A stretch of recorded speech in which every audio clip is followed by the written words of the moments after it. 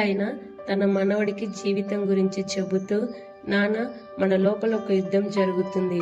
2 తోడేళ్లు మనలో ఎప్పుడు భయంకరంగా పోరాటం చేస్తాయి అని చెబుతాడు. అప్పుడు మనవడు 2 తోడేళ్లు పోట్లాడుకుంటే ఏది గెలుస్తుంది తాత అని అడుగుతాడు. అప్పుడు తాత, దేని ఎక్కువగా పోషిస్తామో అదే గెలుస్తుంది అని చెబుతాడు. మనవడు, నాకు అర్థం కాలేదు తాత అని అమాయకంగా అడుగుతాడు.